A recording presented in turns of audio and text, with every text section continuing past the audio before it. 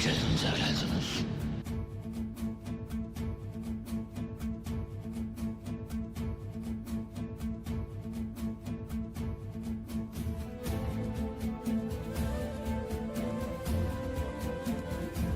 Ecelinize geldiniz.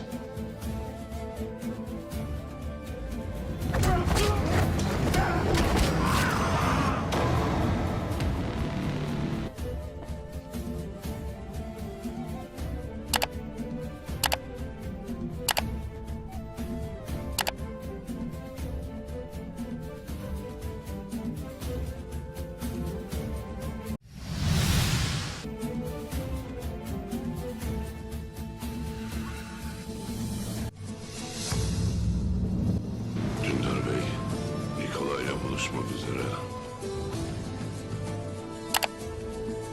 Babadan ayrılmış.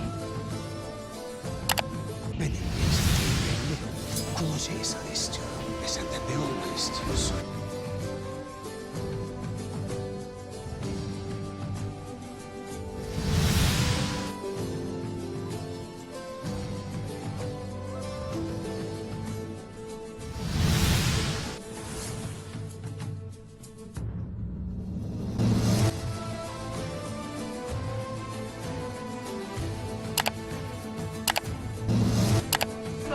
Senin bir varise ihtiyacın vardır Osman. O varis doğana dek. Ne sen ne de ben bu belalardan kurtulamayacağız. Merak etmez. Tek bir hain bile kalmayacak. Sen bunun ölmesini istersin. Çünkü aslında sen de Osman'ı seversin.